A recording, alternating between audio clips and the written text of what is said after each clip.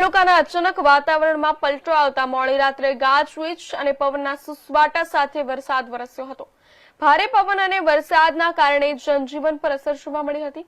વરસાદને પગલે મુખ્ય બજાર સહિત અનેક માર્ગો પર પાણી ભરાઈ જતા વાહન ચાલકો, રાહદારીઓ અને વેપારીઓને ભારે હાલાકીનો સામનો કરવો પડ્યો હતો।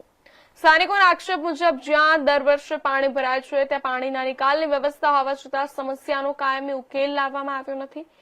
ગામના પ્રવેશ દ્વારા તેમજ ચાંદની ચોક વિસ્તારમાં વરસાદી પાણી ભરાઈ જતા લોકોમાં તંત્ર પ્રત્યે રોષ જોવા મળ્યો હતો। સ્થાનિકોએ વરસાદી પાણીના નિકાલ માટે કાયમી ઉકેલ લાવવાની માંગ ઉઠાવી છે।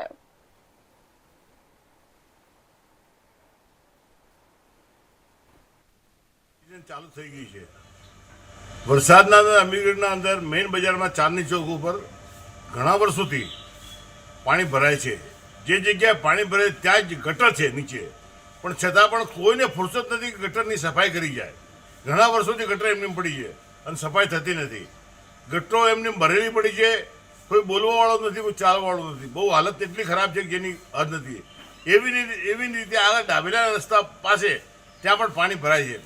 ત્યાં પણ જો ધારે તો નીચે એની પાસે નાળો આવેલો છે, નાળો એના અંદર બી પાણી નીકળી શકે એમ છે, પરંતુ કોઈને પંચાયતને કે જિલ્લા પંચાયતને કે તાલુકા પંચાયતને કોઈને પડી નથી। એમને એમની પડી, બીજા કોઈની પડી નથી। દુનિયા મરી જાય તો મરી જાય અને જીવતી રહે તો જીવતી રહે, વાંધો નથી, પણ અમારું કામ થવું જોઈએ। એ મુદ્દા ઉપર બધું ચાલી રહ્યું છે। શું સરકાર ક્યાં જશે, ક્યાં આવશે, કંઈ ખબર